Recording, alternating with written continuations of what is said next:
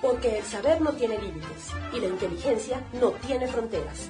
Estás escuchando Saber Sin Fin. Continuamos. Agradezco los comentarios, agradezco las felicitaciones. En efecto, hoy cumplimos 6 años. Y agradezco a todas las personas que muy amablemente se han tomado la atingencia, el espacio para felicitarnos a la abuelita, a Elda Ruiz Flores. Sabe que ocupa un lugar muy especial en este proyecto y que se le quiere. También envío un saludo donde quiera que se encuentre nuestro amigo Alfredo Ayax Mora Álvarez, quien en su momento fue testigo del nacimiento de este proyecto. Así es que muchas gracias por sus atenciones. Mire, hace 8 días, para ser exactos, iniciamos una conversación con nuestro amigo el abogado Alberto Romero. Ya en su momento lo presentamos, ya conoce usted parte de su formación. Él, además de su formación profesional, vivió algunos años en los Estados Unidos. Alberto le gusta estudiar, le gusta observar el comportamiento humano, y de ahí que nos hemos dado a la tarea de invitarlo nuevamente para conversar sobre este asunto. Ahora, centrarnos en los trabajadores mexicanos en los Estados Unidos, las conductas, las actitudes y los comportamientos que estos toman. Así es que te doy la bienvenida, Alberto. ¿Cómo estás? Muy buen día. Gracias, muy buenos días. Un saludo a todo el auditorio. Pongo algunos datos en la mesa para iniciar esta conversación. Sí. Estoy entrando a Wikipedia y leo esto que se llama inmigración mexicana en Estados Unidos. Estados Unidos de América es el país donde viven más mexicanos fuera de México y al mismo tiempo es la mayor comunidad de hispanohablantes en los Estados Unidos. Hay comunidades mexicanas en todos los estados de la Unión Europea, pero destaca su presencia en California, Texas, Nuevo México, Arizona, Nevada, Colorado, Florida, Illinois, Nueva York y Washington. El desplazamiento de migrantes mexicanos hacia Estados Unidos es esencialmente un fenómeno laboral impulsado por la interacción de factores que operan en ambos lados de la frontera, donde los factores asociados con la demanda de trabajadores mexicanos en Estados Unidos son tan importantes como los de la oferta. A su vez, el funcionamiento de complejas redes sociales y familiares ha contribuido a propiciar que segmentos importantes de la fuerza laboral mexicana respondan con cierta rapidez e informaciones y oportunidades que se originan en Estados Unidos, conformando un mercado laboral de facto que trasciende las fronteras nacionales. De acuerdo con el Consejo Nacional de Población, CONAPO, las causas principales que motivan la migración mexicana hacia Estados Unidos son la oferta de trabajo, con factores vinculados con la oferta expulsión de fuerza de trabajo, la oferta empresarial y educativa con factores asociados con la demanda atracción y la oferta social y turística con factores sociales que ligan a los inmigrantes con la familia, amigos, comunidades de origen y de destino. Bueno, dados una vez algunos datos para empezar esta conversación, Alberto, nos quedamos en la conversación anterior sobre el caso de que algunos migrantes, algunas comunidades de migrantes en Estados Unidos han evolucionado más rápidamente en el posicionamiento de los mejores sueldos. Y citamos el caso de los chinos, de los japoneses y de los hindúes. Sí. Y dijimos que los latinos, entre ellos obviamente los mexicanos, están ocupando las plazas menor remuneradas y que se están centrando solo en trabajos, en su gran mayoría, en trabajos de carácter artesanal o físico operativo. ¿Cuál es tu opinión al respecto? Así es, en comentarios vertidos en la participación anterior te comentaba yo de que pues es muchas veces parte de la idiosincrasia, ¿no? De nuestros connacionales, así como pues la falta de cohesión entre la misma comunidad para apoyarse mutuamente y lograr objetivos comunes en cuanto al desarrollo académico intelectual. Te comentaba que es bastante costoso el desarrollo educacional en los Estados Unidos y que la verdad es muy difícil acceder por parte de los paisanos que allá se encuentran, ya sea de manera tanto legal como ilegal. Por otro lado, existe pues la mala costumbre, ¿no?, de que no nos comprometemos con nuestros ideales. Nos dejamos llevar muy fácilmente por las tentaciones del del mismo medio ambiente, del entorno. Y es una de las cuestiones que influye también bastante, ¿no? El tener acceso a cantidades de dinero, ¿no? Que en cierto momento no estaban acostumbrados a tener, pues desdimensionan un poco su mentalidad y se dedican a otra serie de cosas, dejando a un lado las cuestiones primordiales de la educación. Principalmente es el poco interés que existe para un desarrollo, seamos francos, ¿no? O sea, no existe interés para desarrollarse. Te comentaba, hijos de inmigrantes ilegales que nacieron legalmente, ya con toda una vida, ¿sí? Llega el momento en que desertan de las escuelas por los altos costos, por la falta de motivación, por la misma iniciativa, ¿sí? Entonces eso es lo que se presenta a grandes rasgos dentro de este rubro. Alberto, hemos mencionado, pero pareciera que tenemos que estar haciendo las pautas respectivas y deteniéndonos nuevamente en este punto que señalas, la mentalidad del mexicano, algunos hábitos, algunas costumbres son los que detienen el progreso de los mexicanos en Estados Unidos en el ámbito laboral. Nos decías en la otra ocasión, o creo que fuera del aire, pero nos decías, el mexicano llega a los Estados Unidos, trabaja, gana un dinero, envía a su familia, pero el resto lo gasta frecuentemente en prostitutas, en alcohol, en fin, en la pachanga, pues. Así es, y es parte de lo que comentábamos, ¿no? De la transculturación. Transculturación, sí. Como ambos términos. Uno es más utilizado, parece que en los países sudamericanos, pero los ambos son válidos. Entonces, uno de los fenómenos que al irse integrando a lo que es la vida de los Estados Unidos, pues se van adquiriendo esos hábitos, ¿no? ¿Cuáles son los más dañinos y perjudiciales? Pues el materialismo en sí, o sea, al obtener y tener medios económicos en exceso, digo en exceso porque no estamos acostumbrados quizá algunas personas a percibir ese ingreso. Sí, aunque comparativamente sea poco, ¿no? En los propios Estados Unidos comparados con otros grupos sociales. Efectivamente, sí. Pero teniendo un trabajo establecido, permanente, sí, nos da posibilidades de tener semanalmente un ingreso que pues nos va orillando a lo que es la fiesta, la pachanga y principalmente a necesitar de muchos estimulantes. La sociedad norteamericana es fría, como todos sabemos, ¿no? O sea, totalmente su desarrollo es muy diferente al de nosotros. Nosotros somos latinos, gente alegre, con sangre desmadrosa, dicho en estos términos carnavalescos. Inclusive Octavio Paz aborda en este. Exactamente. Ellos son muy fríos, muy acartonados, ¿sí? Esto, sin necesidad de llegar a un estudio sociológico, ¿no? Es lo que los orilla, pienso yo, a necesitar de muchos estimulantes, ¿sí? Estimulantes te estoy hablando de manera general, o sea, de manera, con estimulantes psicológicos, estimulantes físicos, hasta estimulantes como son los narcóticos, ¿sí?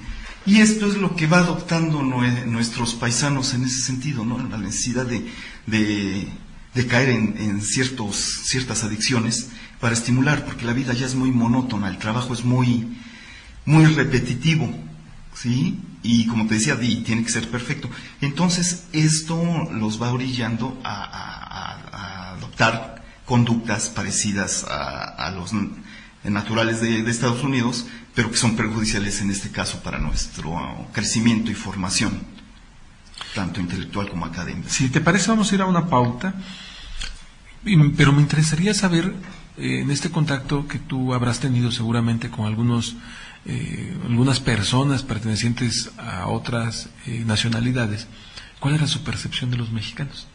¿Cómo no? Vamos a una pauta y regresamos. Estás escuchando Saber Sin Fin. En un momento continuamos. ¿Aún no tienes idea de dónde estudiar? Yo te ofrezco una oferta educativa real. Universidad del Real Puebla. Colegiaturas fijas durante toda tu carrera. Visítanos en Avenida Reforma, número 3911, Puebla, México. Contáctanos al 230-0225 o al 230-0233 y visita nuestra página web www.unidelreal.mx. Universidad del Real, una oferta educativa real.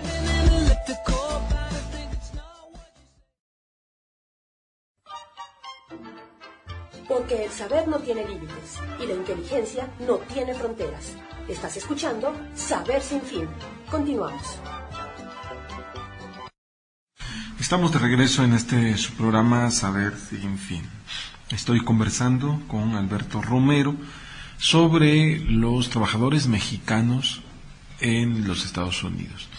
A partir de una experiencia, él vivió algunos años en los Estados Unidos.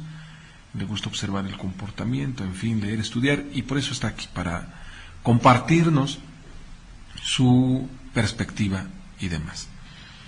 Antes de irnos al corte, dijimos, Alberto, tú tuviste la oportunidad, estando en Estados Unidos, de platicar con amigos, con conocidos de otras nacionalidades. ¿Cómo veían ellos, o cómo ven ellos a los mexicanos, y específicamente en el ámbito laboral, que es al que nos estamos circunscribiendo?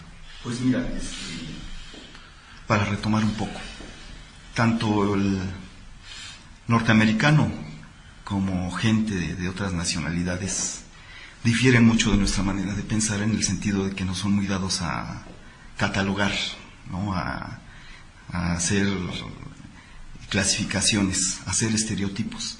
Ellos van formándose una imagen de cada persona muy individualista, ¿sí? Pero aún así, obviamente, tienen que haber ciertas coincidencias en su percepción que tienen del mexicano. Hay dos vertientes, ¿sí?, en torno a esta percepción que tienen los demás de nosotros los mexicanos. La primera, que somos gente de trabajo, muy innovadora, muy inventiva, ¿sí?, muy dados a improvisar, ¿sí?, muy alegres, fiesteros, fraternales, muy de familia, y sobre todo con una capacidad de exaltar nuestro patriotismo, nuestro nacionalismo, así como nuestras creencias religiosas. Es la primera vertiente, ¿sí? Y la segunda, pues, que nos ven como gente que totalmente vivimos acá en áreas totalmente estériles. Piensan mucha gente que todavía andamos a caballo y con pistola, de sombrero, y el clásico estereotipo, ¿no?, del mexicano en el nopal durmiendo, ¿no? O del peladito de Cantinflas de los 40. Exactamente, del charrito, ¿sí? Más actual, pues nos ven como delincuentes por las noticias que ya ves que nos hacen el favor, ¿no? De la figura narcotraficante. O sea, como en un momento, se ligaba esto de los colombianos y en automático pensar en narcotraficantes. Y ahora es así, más por la situación que se da de las modas.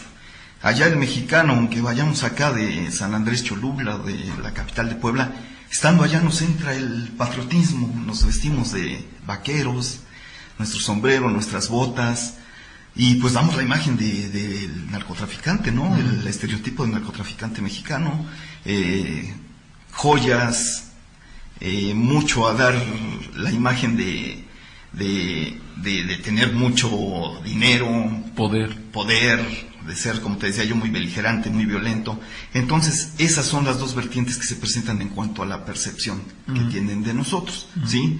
Inclusive apoyada, pues, en muchas actitudes que muchos de los paisanos desarrollan, ¿no? O sea, es increíble que en un 5 de mayo, el 5 de mayo se celebra más que el Día de la Independencia ya, pues llegan a echar bala, ¿no? O sea, para celebrar muy efusivamente, llegando la policía, y pues es parte de la imagen, ¿no?, que va reforzando lo que los demás van percibiendo de nosotros. Entonces, en esos dos vertientes está más o menos reflejada la percepción que tienen los demás de nosotros los mexicanos, en este caso en el extranjero, en Estados Unidos.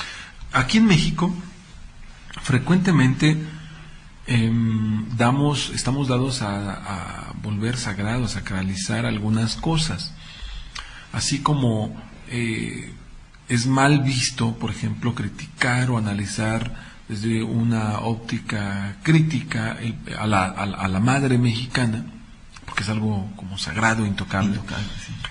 Sí. Por otro lado, se habla como de esta situación sagrada de que el mexicano es esforzado, trabajador, y por eso manda dólares a nuestro país, y se sacrifica y pasa hambres, en fin. ¿Cómo ves esto? Y a ello hay que agregarle pues que sí hay casos de éxito, ¿no? Así es, y no dudo que existan casos así, ¿sí? O sea, gente muy sacrificada que va con la idea de sacar adelante a sus familias que dejan en México, a hacer el sueño de tener una casa, un carrito, ¿no? Que es el máximo sueño. Pero generalmente, te soy sincero, la gente llegando allá pierde sus ideales, ¿eh? Como te digo, se van perdiendo en ese torbellino de comodidades, de lujos, de gustos. Allá con un salario regular, pues cada fin de semana puedes acceder a darte el gusto que quieras, ¿no? Medianamente, acudir a comer a un buen restaurante, comprarte ropa, no sé, infinidad de satisfactores puramente materiales. Te comentaba entonces, no dudo que exista gente que conserva sus ideales, pero ya cada vez van siendo los menos.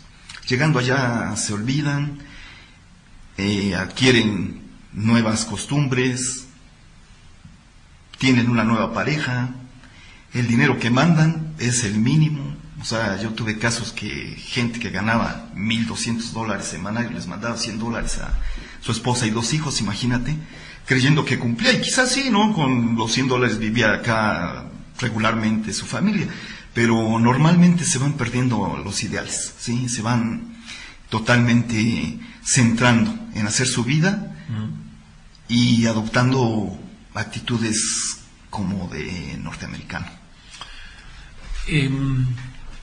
Hablamos en la semana, revisando la primera emisión, y si no mal recuerdo me decías, el inmigrante en Estados Unidos existe, se da, no se anda ocultando, pero está oculto, pero es decir, pero no es visible. ¿Cómo está esto? Explícanos, porque creo que yo me estoy haciendo bolas. No, sí, es un caso muy curioso, inclusive digno, ¿no? De tratadistas, de estudiosos, de investigadores, sociólogos, antropólogos, porque la presencia del inmigrante ilegal o indocumentado es obviamente notoria, ¿sí?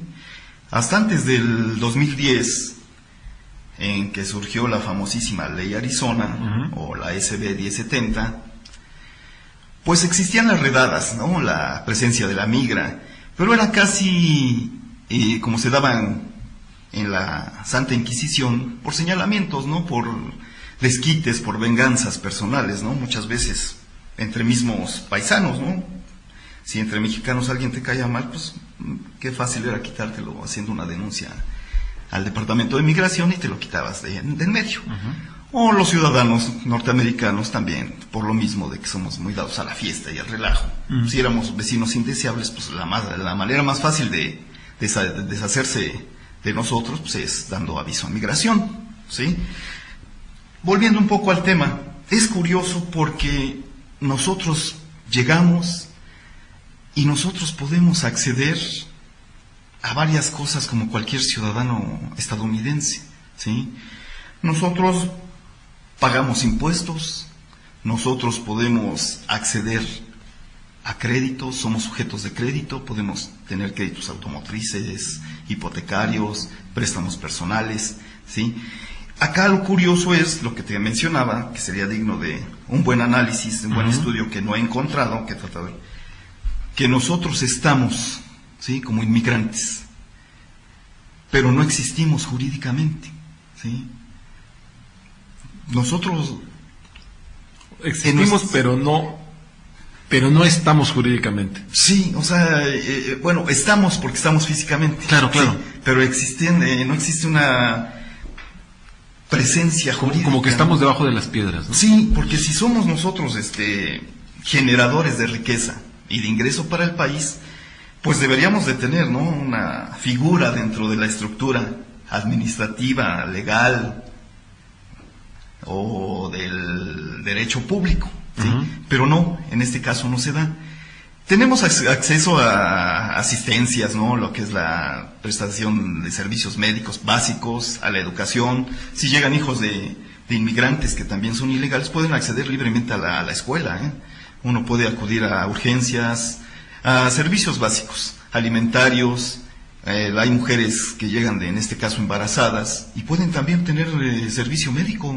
Inclusive se da el caso, muy triste por cierto, de que pues paisanas se van en días del alumbramiento con tal de tener a su hijo con la categoría de la nacionalidad norteamericana. Entonces acá es donde está un poco el conflicto, ¿no? O sea, nosotros estamos allá pero no existimos básicamente, más en el sentido de la ilegalidad del indocumentado.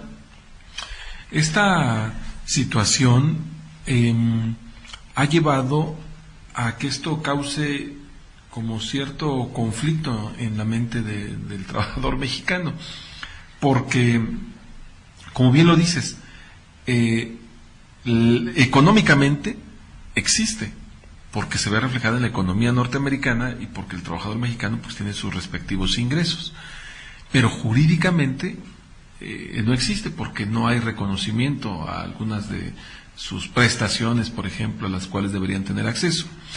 Y luego, por otro lado, esto es un punto muy importante que quedamos de comentar, Alberto.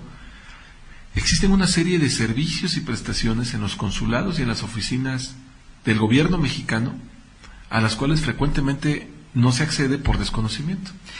Así es, desconocimiento y temor, más que nada, existe un temor, ¿no? O sea, la estancia ilegal de los connacionales les da bastante miedo, ¿sí?, de ser deportados. El acudir a un consulado, a una embajada, a solicitar informes, a solicitar algún documento, tan solo la matrícula consular que sirve como identificación, pues es motivo, ¿no?, de que les dé el temor de acudir, pensando que está la que los van a señalar, ¿no?, sabiendo pues que son autoridades, es un apéndice de nuestro país, dijéramos, ¿no?, pero en Estados Unidos. Esto mismo se da en la cuestión laboral, como mencionabas, en el temor de exigir los derechos laborales, porque allá se pueden exigir, aunque sean con la capacidad de ilegal. Si tienes un accidente laboral, una invalidez parcial, permanente, puedes acudir sin que esto tenga que dar como resultado que investiguen tu estatus migratorio. Pero dado el temor que tiene de que sea uno deportado, entonces no se acude, no se reclama lo que tiene uno a derecho. ¿Sí? Existe el OSHA, ¿no?, que es el organismo de seguridad y salud al cual se debe de acudir en dado caso de esto. Existe un departamento de labor, pero no acudimos por el temor. Primer factor, y la ignorancia. O sea, no menospreciando, hay gente que llega y que trabaja y pues muy escasamente sabe leer y escribir. Muy bien, vamos a ir a nuestra siguiente pauta, no sin antes agradecerle por supuesto todos los comentarios, las felicitaciones, y a usted que nos está siguiendo a través de su teléfono celular, pues le agradecemos en especial por el esfuerzo que hace para seguirnos. Vamos a ir a una pauta. Al regresar cerraremos nuestra conversación con Alberto Romero y vamos a conversar hasta Valencia, España, con Antonia Starlich sobre este punto, pero con respecto a los trabajadores españoles en el extranjero. Vamos y regresamos. Estás escuchando Saber Sin Fin. En un momento continuamos. La Escuela de Posgrados en Educación Integral te ofrece maestrías en docencia universitaria, herramientas de pensamiento multimodal, sociología y dirección de organizaciones. Para más información nos encontramos en 19 Oriente, número 407, Colonia El Carmen, Puebla, México. Teléfono 243-0982 o en nuestra página web www.epei.com.mx. Escuela de Posgrados en Educación Integral. La calidad no se vende con ideas, se demuestra demuestra con hechos. Porque el saber no tiene límites y la inteligencia no tiene fronteras. Estás escuchando Saber Sin Fin. Continuamos. Estoy de regreso en este su programa Saber Sin Fin. Agradezco, como siempre, las amabilidades a Jocelyn Cuellar en los controles y a usted que nos sigue, también muchas gracias por su atención. Estoy conversando con Alberto Romero sobre el trabajador mexicano, migrante o inmigrante en Estados Unidos. Nos hemos centrado en el inmigrante, pero está el trabajador ya migrante, legalizado, y no nos hemos centrado, Alberto, en el otro tipo de trabajador, que es el legal, que tiene buen empleo, que inclusive pues ya se asumió como norteamericano en algunos casos, otros más regresan a nuestro país, pero ese es como que también un sector menor, pero poco abordado. Sí, así es. Y fíjate que fue a propósito, ¿no? El no tocar el tema del trabajador ya de origen, de raíces mexicanas, pero debidamente ya sea legalizar su estancia legal o con la ciudadanía. Lo hice a propósito porque no hay mucho que comentar, porque casi en automático estaríamos hablando de los trabajadores estadounidenses. ¿Sí? Se adoptan las mismas actitudes, las mismas condiciones, o sea, no hay ninguna variante. El hecho de que tengan raíces mexicanas no lo hace, dijéramos, diferente, ¿sí? Inclusive, pues es bastante lastimoso decir que inclusive se afrentan de hablar el español, ¿no? O sea, la mayoría de gente debidamente establecida, tanto documentalmente como económicamente, pues se olvida, ¿no?, de su lengua materna. O sea, es casi un sacrificio hablar el español. Te lo digo porque pues yo tenía amistades y pues los niños, los jóvenes, en ningún momento se dirigían conmigo en español, ¿no? Y ahí sabiéndolo hablar, yo les tenía que preguntar a sus padres, bueno, no aprendieron español. No, sí, pero no les gusta hablarlo. Entonces, te digo, yo a propósito no toqué ese tema porque estaríamos hablando de las mismas características del trabajador estadounidense, en este caso. ¿Y cuál es el éxito o cuáles son los elementos de éxito de aquellos que logran destacar, los trabajadores mexicanos, independientemente de su calidad de migrante o inmigrante, que logran destacar y tener éxito en el mercado laboral norteamericano? En primer término, diríamos que es el encontrar gente que le brinde la oportunidad, ¿sí? O sea, si un patrón, un empleador genera buena relación con su trabajador, pues en automático el mismo patrón, el empresario, el empleador, se encarga de ir motivándolo, de irlo incentivando, de irlo apoyando, ¿sí? Ese sería el primer término. En segunda, que existan las ganas de hacerlo y tener las posibilidades, ¿sí? Porque ganas sin posibilidades, pues queda en eso, en el mero intento, ¿sí? Entonces yo creo que estos serían los tres factores, ¿sí? También no hay que echarle mucho la culpa a nuestros paisanos, ¿no?, que pues no tienen ganas. Muchas veces son tantas sus carencias, ¿no?, y tantos compromisos económicos, pues que aunque tengan las ganas, yo creo que se basan en prioridades, y yo creo que priorizan, ¿no?, el cubrir sus necesidades, pagar deudas, establecer ciertas cuestiones, ¿no?, que tengan ellos mucho más comprometidas. Pero en términos generales esto sería, ¿no?, el apoyo de la gente donde se trabaja, la disposición y los medios. Muy bien. Te propongo, Alberto, que hagamos una síntesis de lo que has expuesto aquí esta mañana en estos micrófonos y que nos has compartido tan amablemente. ¿Con qué te quedas de esta conversación? ¿Con qué me quedo? Yo creo que algo muy importante que recalcar, enfatizar, es que nosotros vamos y generamos riqueza, ¿sí? Nosotros somos parte de una economía, somos una parte importante, porque los sueldos que nosotros percibimos allá pues no son ni un remedio de lo que ganaría una persona legal o de origen estadounidense, ¿sí? Y me quedaría con que es necesario que aprendamos a exigir nuestros derechos, ¿sí?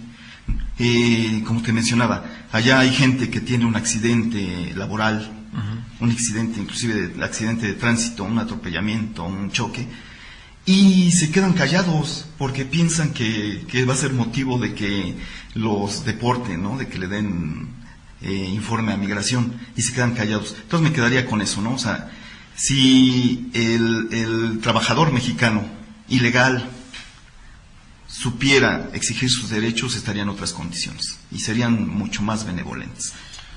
Muy bien, si me lo permites, voy hasta Valencia, España, para abordar este punto, pero ahora desde la óptica y desde la visión del español, y regresamos en un momentito. Mire, le comparto esto que estoy leyendo en consumer.es.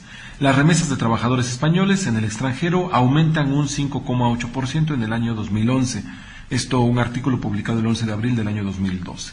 El envío de dinero de emigrantes españoles al país se incrementó un 5,8% durante 2011 y sumó un total de 5.072 millones de euros.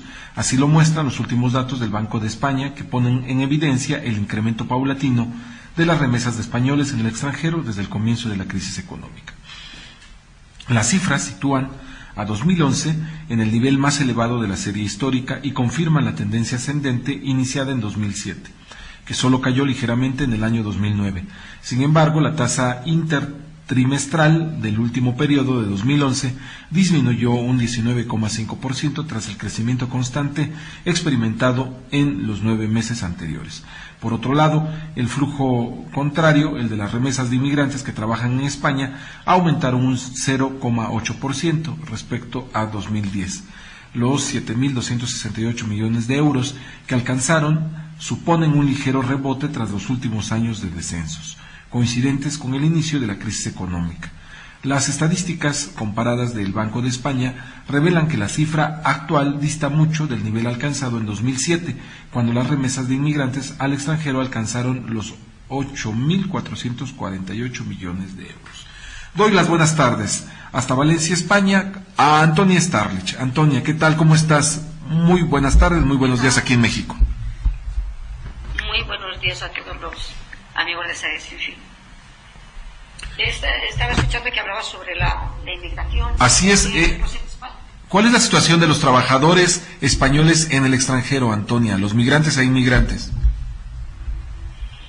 Bueno, pues estamos ahora nuevamente experimentándolo, ¿verdad? Porque tuvimos un periodo que fue en la posguerra, cuando la Guerra Civil Española, muchos españoles tuvieron que emigrar y eran trabajadores, eran obreros que se iban sobre todo a países europeos, y en especial era Alemania, Francia, Inglaterra, Bélgica, Holanda, y era trabajo obrero. Y bueno, la situación era adaptarse, aún con recibiendo se nos dirigió a los españoles como personas despectivas, ¿no?, que iban a trabajar y a quitar el trabajo de los nativos de allí, y cuando no era cierto, ¿no?, porque se hacía el trabajo que ellos en un momento dado ya no deseaban, o que creían que era el extranjero el que debía de hacerlo, mal pagado, y al mismo tiempo pues no había el respeto hacia el inmigrante. Yo creo que lamentablemente eso lo sufre casi todos los inmigrantes de cualquier país que tenga que verse obligado a salir. Ese periodo pasó cuando vino el auge en España, y bueno, pues el famoso ladrillo. Los españoles, la mayoría, se regresó a hacer una nueva vida en España. Se quedaron en el extranjero aquellas familias que crearon una familia en estos países, se casaron con gente de allí, sus hijos, nietos, y ya no decidieron regresar. Ahora la emigración que hay empieza nuevamente, pero es una emigración preparada en estudios, es otro tipo de emigración, y bueno, pues se va adaptando, y yo creo que pasa ya lo que los que se han ido pues dicen que pues eso, que es difícil adaptarse, pero que no ven otra perspectiva, y que la ilusión es poder encontrar trabajo en aquello que han estudiado. Eso, otro tipo de emigrantes, el que ahora está experimentando lamentablemente esta situación. También se va a algunas partes de las naciones que he mencionado, pero con mayor eco se está comentando, ¿no?, que América Latina tiene países que está absorbiendo, ¿no?, a muchos de los españoles que están saliendo de aquí, y no digamos también Australia y obviamente también aquí en los países más bien nórdicos europeos de Europa. Sí, Toña, corrígeme si no es certero esto que estoy diciendo, pero da la impresión de que España es algo así como el patito feo, como la mano de obra del resto de los países europeos en bonanza, o sea, hablando específicamente pues de Alemania, de Francia, de Inglaterra, en fin, de los países que están mejor posicionados económicamente. ¿Esto es cierto o es solo una errónea perspectiva? A ver, perdona, pero no he comprendido bien la pregunta. Sí, te pregunto que existe esta percepción de que España es como el surtidor de mano de obra de los países que están mejor posicionados económicamente y que es algo así como el patito feo de allá de Europa. Platícanos por favor al respecto. Bueno, como he mencionado antes, sí, sobre todo en esa época que hubo que emigrar. Y nosotros llegamos, hay 3 países que más o menos están así calificados, que nosotros llegamos al mundo de la inmigración posterior a los italianos en aquella época, que eran los que tenían el privilegio, ¿no?, los que ya se habían posicionado de los lugares y ya sabían cómo desenvolverse, y nosotros llegábamos los patitos feos que a ver qué hacíamos. Y posterior a los españoles fue el pueblo portugués. Entonces son, digamos que dentro de Europa, los 3 países, ¿no?, que los que proporcionan la mano de obra al resto de países ya más desarrollados o con más dinero. Muy bien, Toña.